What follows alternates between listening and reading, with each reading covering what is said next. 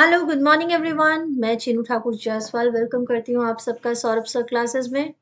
So friends, हम लोग discuss कर रहे हैं UPSC civil services examinations 2023 history. बहुत इंपॉर्टेंट पेपर था ये, और बहुत ही ज़्यादा इसमें ऐसे क्वेश्चंस भी थे जो थोड़ा कंफ्यूज करने वाले भी थे, है ना। कुछ मैप से रिलेटेड भी थे, तो टेंशन मत लीजिए। ऑलरेडी हम लोग डिस्कस कर चुके हैं मैप से रिलेटेड जो आपकी 20 साइट्स थी। अगर आप लोगों ने वो वीडियो नहीं देखा है तो ज़रूर वो वीडियो देख लीजिएगा, ठीक है। तो चलो जल्दी से स्टार्ट करते हैं आज की क्लास। हेलो एवरीवन, तो आज की क्लास में हम लोग क्या करने वाले हैं।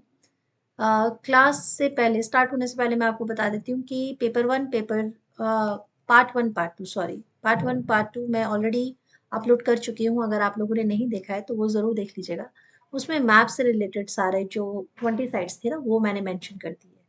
अच्छा, आप ना इस चीज़ को लेके मतलब ये मन में मत सोचना कि भाई जो मैप में 20 साइट्स दी गई हैं तो 20 की 20 ही करेक्ट होनी चाहिए, और नहीं होंगी तो क्या होगा। देखो, ट्रस्ट मी, जो बेस्ट टू बेस्ट आंसर्स भी गिवन होते हैं जिन्होंने दिया है, तो वो भी अपने 14 और मैक्सिमम टू मैक्सिमम 15 साइट्स ही ठीक कर पाते हैं। तो आप लोग उसी हिसाब से प्रैक्टिस करते रहिएगा और चैनल के साथ जुड़े रहिएगा। तो मैं अपनी तरफ से तो बहुत बहुत ज़्यादा कोशिश करूँगी कि आपको कितनी इन्फॉर्मेशन दे सकती हूँ वो दे दूँगी, तो आपको प्रॉब्लम नहीं होनी चाहिए, ठीक है ना। तो ये पेपर में आपको करना क्या था, आपको 1 to 5 आपका कंपल्सरी क्वेश्चन है, वो तो आपको करना ही करना है, ठीक है। और 20 साइट्स थी आपकी, वो हम लोग डिस्कस कर चुके हैं। 2 पार्ट में मैंने ये वीडियो बनाया था। बहुत आराम से डिस्कस करके बताया गया है, तो जल्दबाजी में कुछ नहीं बताया गया है, तो आराम से आप लोग वो वीडियो देख सकते हो, ठीक है। पसंद आए तो लाइक सब्सक्राइब शेयर कीजिएगा। आज क्या करने वाले हैं, आज हम लोग क्वेश्चन नंबर 2 करेंगे, ठीक है। क्वेश्चन नंबर 2 में A B C 3 ऑप्शन है। 3 ऑप्शन में से आपको करना होता है एक ऑप्शन, बट यहाँ पे हम लोग सारे ऑप्शन डिस्कस करेंगे बिकॉज अपकमिंग एग्जामिनेशंस में कौन सा क्वेश्चन रिपीट हो जाता है, या फिर आपको इससे रिलेटेड कोई भी क्वेश्चंस, ठीक है, किस तरह से लिखना है वो समझेंगे। तो चलो स्टार्ट करते हैं आज की क्लास को। Let's start. ओके, चलिए। The Neolithic age represent a revolution due to significant changes that took place during this period examined। Question देखते ही आपके मन में आता होगा, बहुत आसान क्वेश्चन है क्योंकि क्लास 9 से हम लोगों ने ये किया हुआ है, बट हमें थोड़ा सा ध्यान देना है because this level is another level, no, this not that, मतलब if we are doing some important class और we are writing answer for the UPSC level, तो बहुत ध्यान रखना पड़ेगा कि ये जो लेवल है वो थोड़ा हाई है। तो उसी हिसाब से आपको क्या करना था, मैक्सिमम क्या होता है, ऐसे क्वेश्चन सामने आते हैं, हम लोग कैसे स्टार्ट करते हैं कि चाइल्ड गार्डन का जो आपका गार्डन चाइल्ड का जो फिलॉसफी है उसको लिया और स्टार्ट कर दिया आंसर, तो यहाँ पर थोड़ी गड़बड़ हो जाएगी। क्यों? क्योंकि यहाँ पर आप नोटिस कीजिएगा, एक यही वर्ड है जो पूरा क्वेश्चन ही चेंज कर देता है। कैसे? देखिए, एग्जामिन। क्वेश्चन पूछा गया है कि जो नव पाषाण युग आया था उससे जो क्रांतिकारी परिवर्तन हुए हैं, जो चेंजेस हुए हैं, वो इस समय पे हुए हैं, इस स्टेटमेंट को आपको एग्जामिन करना है। तो आपको सिंपल कुछ नहीं करना था, आपको सिर्फ ये स्टेटमेंट को एग्जामिन करने के लिए जितने चेंजेस हुए हैं वो मेंशन करने हैं। तो इसमें आपको किसी की फिलॉसफी के बारे में कोई डिस्कशन नहीं मांगा गया है, ना ही कुछ करना है आपको। यहीं पे आपके जो यूपीएससी है वो ये चेक करता है कि आपकी जो इन डेप्थ नॉलेज है, आप किस तरह से अपने आंसर को रिप्रेजेंट करते हैं, तो वो वहाँ पे चेक होते हैं, ठीक है। आंसर लिखना कैसा है, जो आपका आंसर का अप्रोच होगा, की पॉइंट्स आपको देना है, इंट्रोडक्शन, बॉडी कैसी होनी चाहिए, आपको क्या क्या लिखना है उस आंसर में और कंक्लूजन आपका, ये 3 चीज़ों के मतलब तरीके से आपको अपने आंसर जो है वो अच्छे से लिखने होंगे। तो चलो फटाफट से एक बार देख लेते हैं कि क्या क्या आंसर इसमें था, मतलब इसका आंसर किस तरह से था।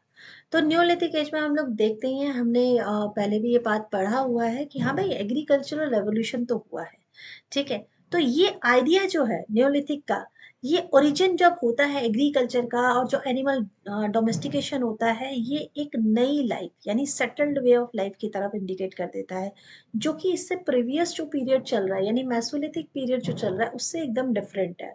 मेसोलिथिक पीरियड में आपका फूड गैदरर वाला पीरियड है, बट ये जो टाइम स्टार्ट हुआ है, इसमें अचानक, अचानक तो नहीं कहेंगे क्योंकि ये जो पूरा काम हुआ हुआ है, ये भी एक टाइम टेकिंग काम था ना, मतलब आपका agriculture is not easy way कि हाँ आज मैंने सोचा और कल मैंने एग्रीकल्चर स्टार्ट कर दिया होगा, ऐसा नहीं हुआ होगा, बट स्टिल ये एक काफी बड़ा चेंज था।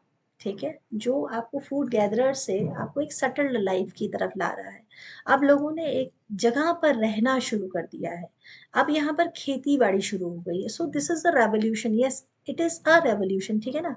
And it indicates transformation of society, society का ट्रांसफॉर्मेशन भी हो रहा है। बिकॉज आप जब फूड गैदरर हैं तो आप कुछ अपने परिवार के सिर्फ लोग हैं, दो चार लोग हैं, और आप शिकार कर रहे हैं, खाना कलेक्ट कर रहे हैं।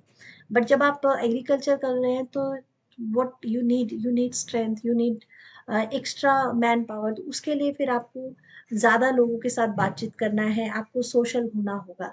तो ये ट्रांसफॉर्मेशन था सोसाइटी के लिए। फिर the people of neolithic age cultivated, क्या क्या कल्टीवेशन हुआ है जो हम लोगों को एविडेंसेस मिले हैं, जैसे हॉर्स ग्राम मिला है, कॉटन के एविडेंस हमें मिलते हैं, राइस है, व्हीट है, बार्ले है। तो ये सारे एविडेंसेस हमें न्यूलिथिक एज के मिलते हैं। फिर इन्होंने डोमेस्टिकेशन स्टार्ट कर दिया है। अच्छा, अब बात आएगी कि मेसोलिथिक पीरियड में भी डोमेस्टिकेशन के एविडेंस मिले हैं, जैसे एक दो प्लेसेस पे।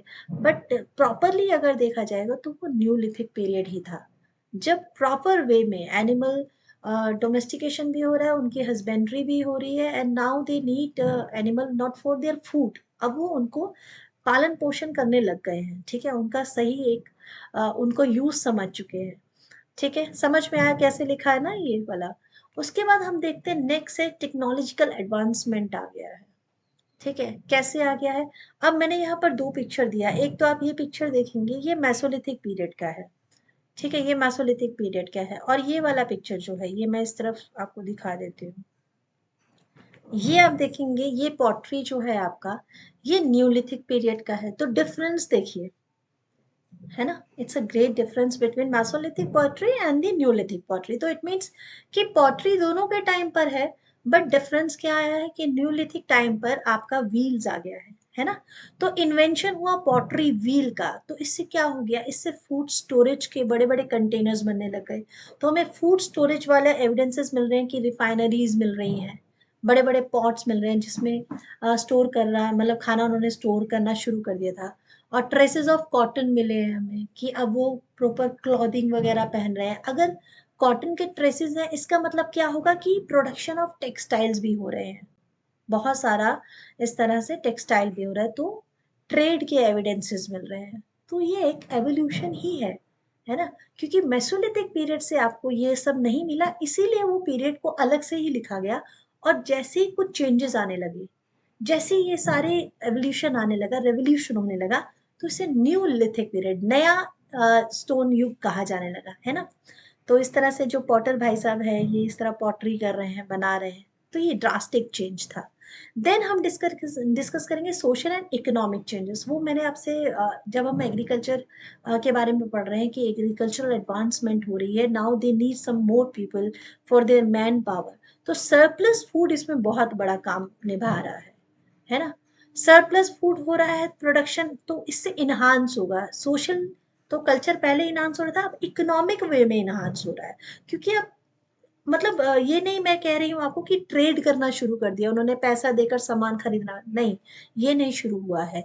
अभी भी वहां पर सोशल लाइफ कुछ इस तरह चल रही है कि सरप्लस फूड हुआ तो हम उनको दे रहे हैं और बदले में कोई काम करवा रहे हैं, सिंपल है। तो ये इकोनॉमिक चेंजेस स्टार्ट हो गए, जैसे बार्टर सिस्टम हम जिसके बारे में पढ़ चुके हैं कि हम कुछ ले रहे हैं, बदले में कुछ काम दे रहे हैं, कुछ सामान दे रहे हैं। That is a barter system. Because ऐसा कुछ मतलब कॉइन चल रहे थे, पैसा लेन देन हो रहा था, ऐसा कोई एविडेंस नहीं है, ठीक है ना। और सोशल हायरार्कीज इमर्ज्ड भी, सोशल हायरार्कीज जो है वो दिखाई देती हैं। जैसे आप देखेंगे कि कुछ इस तरह से बरिल्स मिले हैं, कुछ बरिल्स में बहुत सारे ज्वेलर के सामान वगैरह है, डेड बॉडी के साथ में एक्स्ट्रा बहुत सारा सामान दिया रखा गया है। बिकॉज दे ट्रस्ट कि भाई लाइफ होती है आफ्टर द डेथ, ये सब चीजें हैं। बट कुछ ऐसी भी बरिल्स है जिसमें ऐसा कुछ भी नहीं है। तो ठीक है, इससे पता चल रहा है कि हाँ सोशल समाज में थोड़े से मतलब ये भेदभाव थोड़ा ये आ रहा था। भेदभाव इन द सेंस कि level, down level, up level, ये सारी चीज़ें नज़र आती हैं। फिर डिफरेंट आर्टिशंस हैं, क्राफ्ट्स पीपल हैं, और ये बहुत इंपॉर्टेंट रोल अदा कर रहे हैं, क्योंकि जो हम इससे पहले अगर आप मेरी क्लास देखेंगे, जो मैंने साइट वाला क्लास अपलोड किया है, उसमें आप देखेंगे कि मैंने आपको पूरा दिखाया है एक प्लेस पर जिसमें मेटलर्जी का एविडेंस हमें मिलता है, न्यूलिथिक में मेटल्स बनते हुए मिल रहा है। तो ये बहुत बड़ा एक मतलब इम्पॉर्टेंट चेंजेस हो रहे थे, ठीक है। बाकी ये पिक्चर्स में भी आप देख ही रहे हैं सोशल किस तरह से चेंज हो रहा है। इसके बाद नेक्स्ट हमारा सामने जो डिस्कशन आता है इम्पॉर्टेंट है, वो है आर्ट एंड कल्चर। हम बात करते हैं न्यूलिथिक एज में, जैसे आपको वो भीमबेटका वाला जो केव्स पेंटिंग है, इस तरह की कुछ इंस्क्रिप्शन है रॉक के ऊपर, ये इस तरह का काम किया, देखिए कितने बारीक काम है ये वाला आप जो काम देख रहे हैं कितना बारीक है। तो इतना फाइन वर्क जो है, that only find in neolithic age but not in Mesolithic as, ठीक है। तो the Neolithic as also saw evidences of art and culture. तो ये जो आर्ट एंड कल्चर का इतना एडवांसमेंट आया है, केव पेंटिंग भी अगर हम देखें तो केव पेंटिंग में भी इस तरह की पेंटिंग्स नजर आ रही है जिसमें कलर का यूज किया गया, और प्रॉपर देखिए कलर का यूज किया गया है, और पत्थर के ऊपर किया गया है। ये फाइन पेंटिंग्स ही हैं, कब से कर रखा है, मतलब हजारों साल हो गए, and still they are seriously, मतलब अभी भी देखने पे वो बहुत अच्छी दिखती है, रियल दिखती है। तो ये जो है ये सब क्या है, ये क्रांति की बात ही है ना, एक रेवोल्यूशन की बात है। और डेकोरेटेड पॉटरी आपको मिलती है, ठीक है, बहुत सारी पॉटरीज हैं जिसपे बहुत सुंदर सुंदर डिजाइन बने हुए हैं। तो ये डेकोरेटेड पॉटरीज वगैरह भी हम लोगों को कहाँ से मिलती है, ये न्यूलिथिक एरिया से ही मिलती है, ठीक है। इसके बाद नेक्स्ट आपका आता है burial practices in this period. Burial practices बहुत इंपॉर्टेंट हो जाता है समहाउ। क्यों इंपॉर्टेंट हो जाता है, क्योंकि एक second, yes, one second, yes. तो burial practices in this period ये बहुत इंपॉर्टेंट एविडेंस है। बरिल्स आपको मेसोलिथिक पीरियड में भी मिल रहे हैं, और आपको मेगालिथिक पीरियड में मिल रहे हैं, और न्यूलिथिक पीरियड में भी मिल रहे हैं। तो ये जो डिस्टिंग्विश इसका डिफरेंस है, वो बहुत सारी चीजें बताता है, ठीक है। जैसे वैरायटी ऑफ प्रैक्टिस मिलती है, सबसे बड़ी बात है वैरायटी ऑफ प्रैक्टिस मिलती है, ठीक है। फिर रीजनल वेरिएशंस भी हैं, आपको हर एक इलाके में अलग अलग वेरिएशन मिलेगा। जैसे बुर्जुहाम, वहाँ पे कुछ अलग टाइप के बरिल्स आपको मिल रहे हैं, भीमबेटका में अलग टाइप के बरिल्स आपको मिल रहे हैं, ठीक है। तो जितना ये लिथिक एजेस के बरिल्स हैं वो अलग अलग पैटर्न्स के हैं। कुछ तो इस तरह के मतलब जो बड़े बड़े पॉट हैं ऐसे, उसके अंदर भी बरिल्स मिलते हैं। तो ये डाइवर्जन है बरिल साइट्स का, ठीक है। आपको क्रीमेशन मिल रहा है किसी किसी स्थान पर, किसी में इनह्यूमेशन है, अर्दनवेयर में आपको मिल रहा है, ठीक है। इस तरह के अर्न्स है बड़े बड़े, उसमें क्रीमेशंस किया गया है। तो ये सारे बल्क प्रैक्टिसेस जो है वो अलग अलग पीरियड को डिस्टिंग्विश करती है, ठीक है। और इसके साथ साथ में हमें सोशल स्ट्रक्चर भी बताता है कि जो फार्मिंग कम्युनिटीज रही हैं उसका सोशल स्ट्रक्चर किस तरह का रहा होगा, ठीक है। तो अब कंक्लूशन अगर हम देंगे इस क्वेश्चन का, तो आपको किसी के स्टेटमेंट पर बाउंड बिल्कुल नहीं होना है। You should be neutral while you are writing your conclusion, ठीक है। तो the Neolithic age represented a revolutionary phase in human history marked by the transition from nomadic hunter gatherer lifestyle to settle agriculture. तो हम लोगों को इसी statement के आसपास ही अपने पूरे एविडेंसेस रखने हैं, पूरे आंसर को रखना है, ठीक है। इसी तरह से सारा हम लोगों को स्ट्रक्चर, सोशल स्ट्रक्चर कैसा था, पैटर्न क्या था, टेक्नोलॉजी कैसे एडवांस्ड हुई है, ये सारा आपको इसके आंसर में मेंशन करना है। क्लियर हो गया, चलिए नेक्स्ट क्वेश्चन जब आप देखते हैं तो ये क्वेश्चन है the Indus Saraswati cultural zone exhibited both homogeneity and diversity, discuss. Yes, question पढ़ने के बाद आपको क्या लग रहा है बताइए।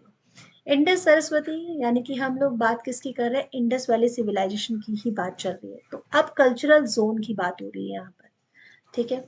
जब हम कल्चरल जोन की बात कर रहे हैं तो कल्चरल जोन जो है, और भी कल्चरल जोन वहां पर मौजूद थे, जैसे सिमिट्री एज कल्चर है जो गांधार के पास आपको मैप में दिखाई देता है, जिसकी कुछ इंपॉर्टेंट करेक्टरिस्टिक्स है, जैसे मड ब्रिक हाउसेज हैं वहां पे, और उसकी बरिल प्रैक्टिस भी बहुत डिफरेंस है, जो उसकी बॉडीज है वो रेक्टेंगुलर चैम्बर्स में रखी गई है।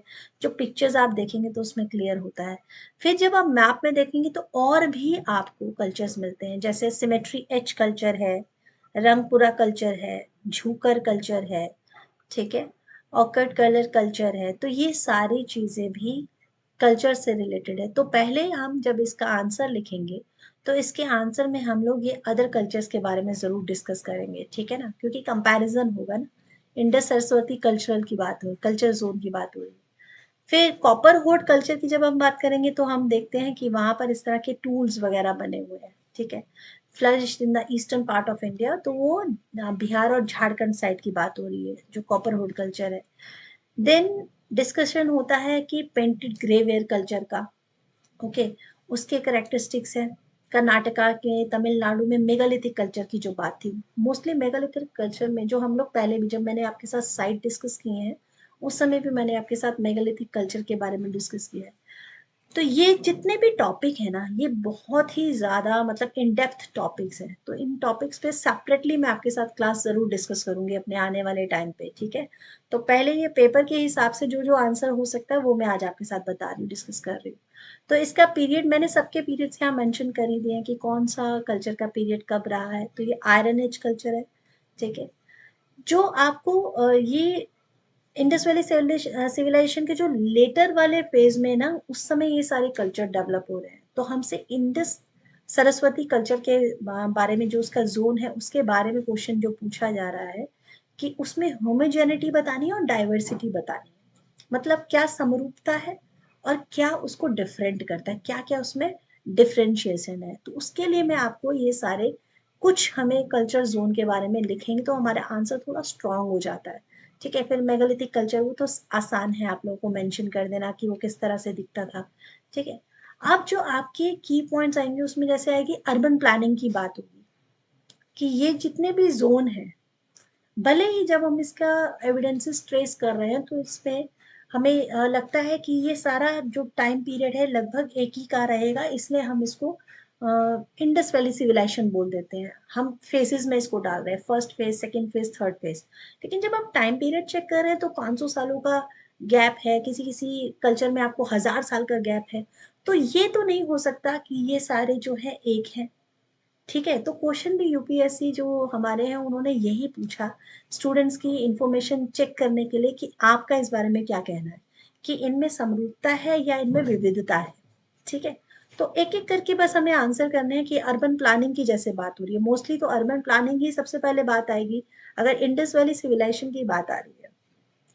तो अर्बन प्लानिंग और आर्किटेक्चर में हम जब हड़प्पन सिटीज देखते हैं, जैसे मोहनजोदड़ो देखते हैं, हड़प्पा देखते हैं, ये बहुत ही सुंदर, यहाँ पे ब्रिक आपको साइजेस मिलते हैं, एकदम सेम स्टैंडर्डाइज साइजेस मिलते हैं। तो ये बताते हैं कि हाँ यहाँ बहुत सुंदर अर्बन प्लानिंग की गई होगी और इसका जो लेआउट है वो बहुत ही बढ़िया लेआउट है, यूनिफॉर्मिटी होगी। बट इसके अलावा जब हम कुछ और स्टाइल्स पे देखते हैं, दूसरी सीरीज की बात करते हैं, तो उसके लेआउट थोड़े डिफरेंट है ना, थोड़े इससे डिफरेंट है। जैसे आप लोथल को देखिए, वहां पर आपको मैन मेड एक वो मिल रहा है कि पोर्ट मिल रहा है, ठीक है। तो वो ट्रेड का एविडेंस हमें मिल रहा है कि वहाँ ट्रेड होता होगा। लेकिन वहां पे सितादल जो है वो अलग टाइप का है, वहां पे लोअर टाउन अलग टाइप का है, धौलावीरा है उसमें 3 अलग अलग टाउन्स हैं। तो ये जो अर्बन प्लानिंग है ये भी सारी साइड्स की इक्वल नहीं मिल रही है, ठीक है। तो ये एक पॉइंट हो गया कि हाँ, होमोजेनिटी क्या है कि हमने देखिए कुछ कुछ साइट्स में एकदम स्टैंडर्डाइज्ड सब कुछ यूज हो रहा है। बट डाइवर्सिटी है कि हाँ, यूनिफॉर्मिटी जिनमें है, लेकिन अलग अलग चीजें भी हमें बहुत सारी दिखाई देती हैं, जिससे पता चल रहा है कि सिटीज में भी डिफरेंस है, ठीक है। अब राइटिंग सिस्टम की अगर बात की जाए तो ये तो कॉमन थॉट है कि भाई हड़प्पन सिविलाइजेशन का जो स्क्रिप्ट है उसको डेसिफर्ड किया ही नहीं गया है, ठीक है, पूरी तरह डेसिफर्ड नहीं हुई। और and what I am thinking sometime कि अगर वो फुल्ली डेसिफर्ड जिस दिन हो जाएगा तो may be our history will change with in a quick way, ठीक है। तो बहुत सारे आर्टिफैक्ट्स मिलते हैं, बहुत सारे अलग अलग तरीके से लिखा गया है। कुछ में इस तरह से पिक्टोरियल मिलता है, कुछ कुछ सील पे सिंपल एक मार्क मिल रहे हैं, ठीक है। और आप अगर धोलावीरा का एक साइट में पूरा 10 साइन बोर्ड मिला, एक बड़ा साइन बोर्ड है जिसमें 10 वर्ड खाली लिखे हो, तो वो पिक्टोरियल वे में लिखा गया है। आप इन सबको देखेंगे यहाँ पिक्टोरियल वे है, तो इसीलिए इसे डेसिफर्ड करना भी थोड़ा सा मुश्किल हो गया है। ठीक है, तो राइटिंग सिस्टम जो है वेरिएशन में देखा गया है, स्क्रिप्ट हमेशा वेरिएशन में है, शायद इसी वजह से हो सकता है कि कुछ भी कंफर्मेशन नहीं हो पाया कि किस स्क्रिप्ट को ये लोग फाइनलाइज कर रहे होंगे। ठीक है, तो कुछ ऐसी भी चीज़ें हैं जो कि कंफर्मेशन दे ही नहीं पा रही, because we found only the archaeological sources, उसी के थ्रू हमें इंडस वैली सिविलाइजेशन की इतनी सारे जो एविडेंसेस मिले हम उसके बेस पर सारी इंफॉर्मेशन कलेक्ट कर पाए। बट एक्चुअल में कुछ भी रिटन इंस्क्रिप्शन ना मिलने की वजह से, रिटन एविडेंस ना मिलने की वजह से बहुत सारा हिस्ट्री अभी भी ऐसा लगता है कि ढका हुआ है, जिसमें हमारे में पता नहीं चल पाया। खैर, हम लोगों को वो चीज़ नहीं नोटिस करना, हम लोग को आंसर लिखते समय सिर्फ बताना है कि होमोजेनिटी क्या है और अलग क्या है, डाइवर्सिटी क्या है, ठीक है, विभिन्नता क्या है। उसके बाद हम ट्रेड एंड इकोनॉमी को अगर देखें तो हड़प्पन जो है वो लॉन्ग डिस्टेंस ट्रेड में रहते हैं, स्टैंडर्डाइज सिस्टम भी है, वेट और मेजर भी हमें मिलता है। और वहीं पर कुछ साइट आपको दिखेंगी जो बिल्कुल मतलब ट्रेड से दूर है, जहाँ पर एकदम सिंपल पुराना साइट ऐसा लग रहा है, जैसे आप अब ये जो कालीबंगा है, ठीक है, वहाँ जहाँ चूड़ियों की साइट मिली है, वहाँ आपको ट्रेड की फैक्ट्री की साइट मिलती है, लेकिन ट्रेड उस लेवल का नहीं है जिस लेवल का आपको लोथल में मिलता है। ठीक है, बीट फैक्ट्री आपको मिलती है धौलावीरा में, लेकिन और कहीं पर नहीं मिल रहा है। तो इस तरह से ट्रेड और इकोनॉमी भी ये सब जगह एक जैसा नहीं रह पाया है। तो हम इसे इंडस वैली सिविलाइजेशन एक ही सिविलाइजेशन के नाम से क्यों पुकार रहे हैं, मतलब ये यूपीएससी जो लेवल क्वेश्चन है वो ये आपसे ही पूछना चाह रहा है कि क्या कारण है कि इसमें एक रूपता भी है और इसमें विभिन्नता भी है। ठीक है, चलिए देखिए ये सारी इसकी पॉटरीज वगैरह रही हैं डिफरेंट डिफरेंट। चलिए अब उसके बाद यहाँ पर आते हैं, मटेरियल कल्चर के बारे में डिस्कस करते हैं। अब इसमें क्या कॉमन यूज है, ठीक है, कॉमन क्या बात है। अब आप कहीं पर भी इसकी साइट में देखेंगे तो आपको पॉटरी का हर जगह यूज मिलता है, हर एक साइट में पॉटरी का यूज है, सील्स का यूज है, और कुछ ऑर्नामेंट्स भी यूज कर रहे हैं लोग। लेकिन हर एक साइट पे डिफरेंट कलर ऑफ पॉटरी है, जैसे कहीं पर आपको रेड कलर पॉटरी मिलेगा, कहीं पर आपको पेंटेड ग्रेवेयर मिल रहा है, कहीं पर आपको एकदम ये सिमेट्रिक जो है ये डिजाइन मिल रहा है। तो मतलब पोर्ट्रेट में भी जो है अलग अलग पैटर्न जो है आपको मिल रहा है। देन कल्चरल प्रैक्टिसेस जब आप देखते हैं तो ग्रेट बात सिर्फ एक ही ऐसा आपके पास एविडेंस मिलता है जहां पर कोई कॉमन पूजा या कोई ऐसे एविडेंस मिल रहा है कि हाँ कुछ कॉमन यहाँ पर ये लोग ओकेशन सेलिब्रेट करते होंगे, बट उसके अलावा और किसी साइड से इस तरह का कोई भी एविडेंस आपको नहीं मिलता है। सिमिलर सील्स भी आपको जो है मिल रही कुछ कुछ एडमिनिस्ट्रेशन की, ट्रेड की, बट डाइवर्सिटी ये हो गई है कि और कहीं पर आपको बहुत ही कम रिलीजियस प्रैक्टिस करने को दिखाई देती है, कुछ रिचुअल्स मिलते हैं। ठीक है, जैसे फायर अल्टर्स आपको मिले हैं, तो वो लोथल और कालीबंगा कुछ प्लेसेस में मिल रहे हैं, बट सभी स्थानों पर वो चीज़ें अवेलेबल नहीं है। ठीक है, तो उनके बिलीफ सिस्टम भी हर एक साइट पर अलग अलग है। ठीक है, तो ये कुछ ऐसे कॉमन पॉइंट्स हैं जो इस बात को कंफर्म करते हैं कि yes they have the humanity but they have diversity too. ठीक है, कंक्लूजन में भी हम बहुत इजीली लिखेंगे, कुछ भी इसमें कोई स्टेटमेंट नहीं देखेंगे, आपको न्यूट्रल में ही लिखना होगा answer. The Indus Saraswati civilization displayed both homogeneity and diversity in various aspects of its culture. क्योंकि हम लोग तो उसी एविडेंस को लेकर आंसर लिख रहे हैं ना जो हमें मिले हैं, हम अपनी तरफ से कुछ भी नहीं दे रहे हैं, सेफ साइड हम लोग आंसर लिख रहे हैं कि हम अपनी तरफ से ये बात को कंफर्म नहीं कर रहे, जैसे जैसे एविडेंसेस मिले हैं उसी एविडेंस के आधार पे हम अपने आंसर को लिख रहे हैं। while there were common elements in urban planning writing system, trade and material culture, regional variation in architectural, poetry, possible culture practice added a layer of diversity to this ancient civilization. So बस यहीं पर answer हम लोग खत्म कर देते हैं।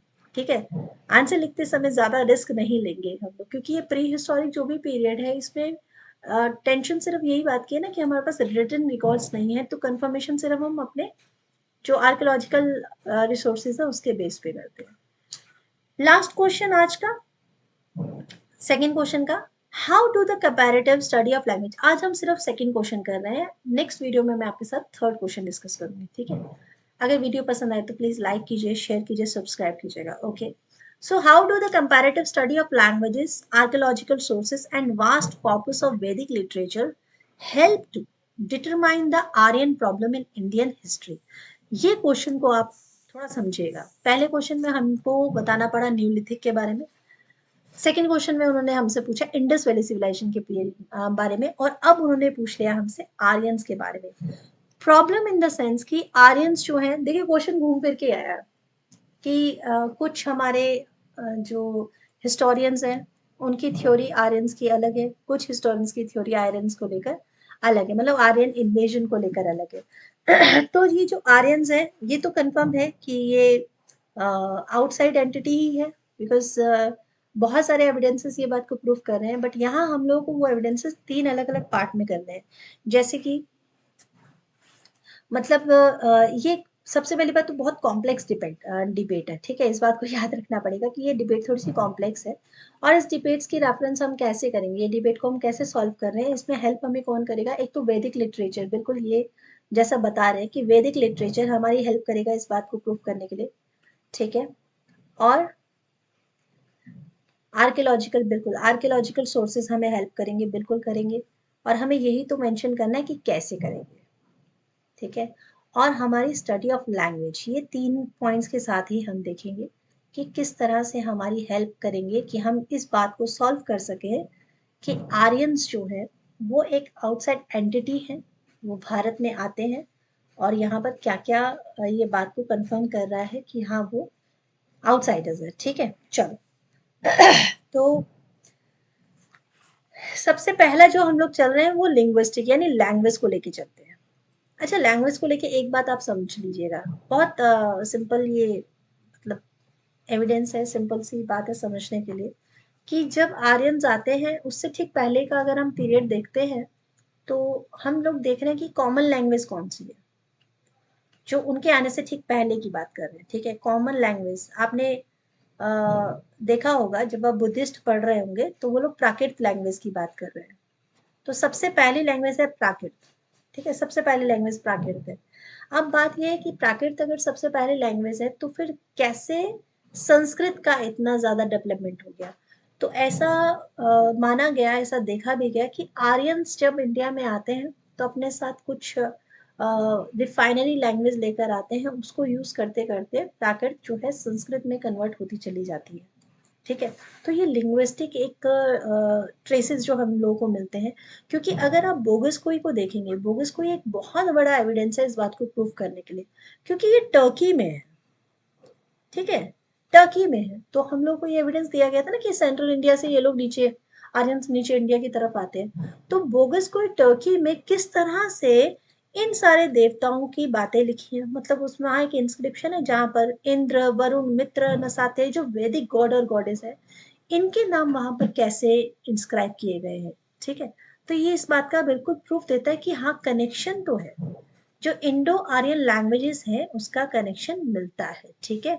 और ये माइग्रेशन का बहुत बड़ा एक पैटर्न भी शो कर रहा है कि किस तरह से वो बाहर से आते हैं, और इस बात को किस तरह प्रूफ करने के लिए भी हमें हेल्प हो जाती है, ठीक है? तो कंपैरेटिव लिंग्विस्टिक इस तरह से हम प्रूव कर सकते हैं। Then will discuss about archaeological source. अब आर्कियोलॉजिकल सोर्स में सबसे पहले हम लोग क्या देखते हैं, हम लोग यहाँ मैप जब देखेंगे, इस मैप में बहुत सारे ऐसे साइट हैं जहाँ के एविडेंसेस हम लोग को ये बता रहे हैं कि आर्यंस जो है वो उनकी सेटलमेंट्स कहाँ से कहाँ तक बसती है, ठीक है? अगर आप लोग को ध्यान हो कि हम लोग जब पढ़ रहे थे कि आर्यंस ये इंडस वैली सिविलाइजेशन का डिक्लाइन, तो उसमें एक पॉइंट हम लोगों को दिया गया है कि भाई आर्यंस का इन्वेजन हुआ है, आउटसाइडर इन्वेजन हुआ है, या आउटसाइडर्स अटैक हुआ है, तो बहुत सारी चीजें इंटरकनेक्टेड हो रही हैं। ठीक है?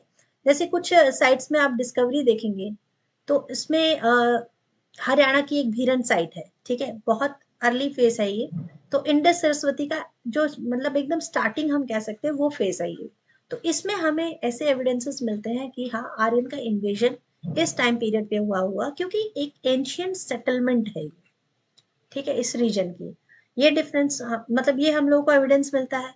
उसके बाद जब वैदिक लिटरेचर, सबसे बड़ा एग्जाम्पल तो मैं वैदिक लिटरेचर दे रहे हैं कैसे आप दशराजनाम वाला जो युद्ध है इसके बारे में तो काफी बार पढ़ चुके हैं। इसमें आप देखते हैं एक तो दस्यु है और दूसरी तरफ कौन है, दूसरी तरफ आर्यंस है। तो इस बात को खुद हमारे जो वैदिक टेक्स्ट है वही प्रूफ कर रहे हैं कि आर्यंस और दस्यू के बीच में वॉर हुआ है। दस्यू कौन होंगे, जो अर्ली पीपल्स जो पहले से यहाँ पे रह रहे होंगे वो, और आर्यंस कौन होंगे, जो नेक्स्ट पीपल्स आए हैं। तो ऑटोमेटिकली जो हमारे वैदिक टेक्स्ट हैं वो इस बात को कंफर्मेशन दे रहे हैं। और विश्वामित्र बहुत इंपॉर्टेंट सेजेस जो रहे हैं जो इसके बारे में पूरा डिटेल लिख रहे हैं। ठीक है, तो ये जो लिटरेचर है जो हमारे ऋग्वेदा में पूरा भर भर के मतलब मेंशन किए गए हैं इन सारी चीजों के बारे में। सोशो रिलीजियस प्रैक्टिसेस बताते हैं, जैसे अश्वमेध यज्ञ बता रहे हैं, राजसूय यज्ञ बता रहे हैं। ये सारे यज्ञ में वो आर्यंस क्या किस तरह से ये कह सकते हैं कि डोमिनेंट रहा है, वो भी हमें वैदिक लिटरेचर में मिलता है। तो एग्जाम्पल अगर आप देखेंगे तो कुछ रेफरेंसेस मिले हैं रिवर्स के, ज्योग्राफिकल फीचर्स के, जो इस बात को बिल्कुल को रिलेट कर रहे हैं कि उनका रीजन अलग था और वो किस तरह से भारत के रीजन में आते हैं और रहते हैं। तो ये रिकंस्ट्रक्ट करता है एंशियंट लैंडस्केप को। इससे रिलेटेड जुड़ी हुई बहुत सारे आपके पास स्टोरीज आएंगी जो हमारे वैदिक लिटरेचर में लिखी गई हैं। जैसे आपको बृहदारण्यक में मिलेंगी, उपनिषेदास में मिलेंगे, ठीक है, और चंद्रगिया उपनिषद में मिलेंगे, जिसमें सब क्लियर मेंशन किया गया है कि आर्यंस ने किस तरह से उनकी डेवलपमेंट होती है, जनपदास जो है डेवलप होते हैं। ये सारा डिस्कशन भी आपको इस क्वेश्चन में करके ये बात क्लियर करते हैं कि अगर हम इन तीनों पॉइंट को लेकर चलते हैं तो वैदिक लिटरेचर, आर्कियोलॉजिकल सोर्सेस और लिंग्विस्टिक स्टडी जो है ये बात को प्रूफ कर देती है। तो ये किसी ना किसी तरह अगर हम इन्हीं सारे रिसोर्सेज को लेके चलते हैं तो आर्यन से रिलेटेड जो थ्योरी वाली प्रॉब्लम है वो सॉल्व हो सकती है। ठीक है, वैसे तो और भी तरीके हैं, सॉल्व हो सकते हैं, डीएनए वगैरह चेक कर लिया जाता है उस समय तो, बट खैर वो एक अलग बात हो गया, वो अलग पॉइंट ऑफ व्यू हो गया, वो आपको आंसर में मेंशन नहीं करना है, आप जस्ट सेइंग है। ठीक है, तो इस तरह से हम कहें कि आर्यन की प्रॉब्लम्स को सॉल्व करने के लिए ये सारे जो पॉइंट्स है, yes they really help us to solve such kind of debate. ठीक है, तो बस दिस वाज द आंसर। और कंक्लूजन में आप इस बात को बिल्कुल लिख लेंगे कि यस, आर्यन प्रॉब्लम्स जो है इंडियन हिस्ट्री की एक मल्टी डायमेंशनल पजल है। ठीक है, क्योंकि इसके बारे में बहुत सारी बुक्स हैं, आर्कटिक रीजन से आए हैं, सेंट्रल एशिया से आए हैं, उसमें भी बहुत अब चाहे तो वो पॉइंट भी ऐड कर सकते हैं कि गंगाधर तिलक, बाल गंगाधर तिलक का थ्योरी अलग है, मैक्स मूलर का थ्योरी अलग है। If you want to add that point also तो ठीक है, चल जाएगा, कोई इसमें प्रॉब्लम नहीं है, वो पॉइंट भी आप ऐड ऑन कर सकते हैं। तो through comparative linguistic, archaeological exhibitions and analysis of Vedic literature, scholar can piece together. देखो अपने ही आंसर को न्यूट्रल वे में, again you just answer your question in a neutral way. ठीक है, अपनी तरफ से आप कोई भी जजमेंटल मत बन जाइएगा आंसर लिखते समय, बिल्कुल, बिकॉज यूपीएससी का जब दायरा आता है तो बहुत ज्यादा बातें बिल्कुल ध्यान में रखनी पड़ती है। ठीक है, तो ये comparison understanding of the Indo Aryan migration and their impact on the Indian subcontinent, this interdisciplinary approach allow for a more announced, ठीक है, view of this complex historical phenomena. So यहाँ पर आपका आंसर खत्म हो जाएगा। तो ये थी आज आपकी क्लास जिसमें हमने सेकंड क्वेश्चन का ए बी सी सॉल्व कर लिया है। अब नेक्स्ट क्लास में मैं आपके साथ फिर डिस्कस करूंगी क्वेश्चन नंबर 3। तो be there in a class, because ये बहुत इंपॉर्टेंट सेशन है। पार्ट 4 जल्द ही आपका आएगा, ये था पार्ट 3। इसमें हमने सेकेंड क्वेश्चन का ए बी और सी डिस्कस किया है। So thank you guys for today, let's meet very soon for the next session. Bye bye, take care.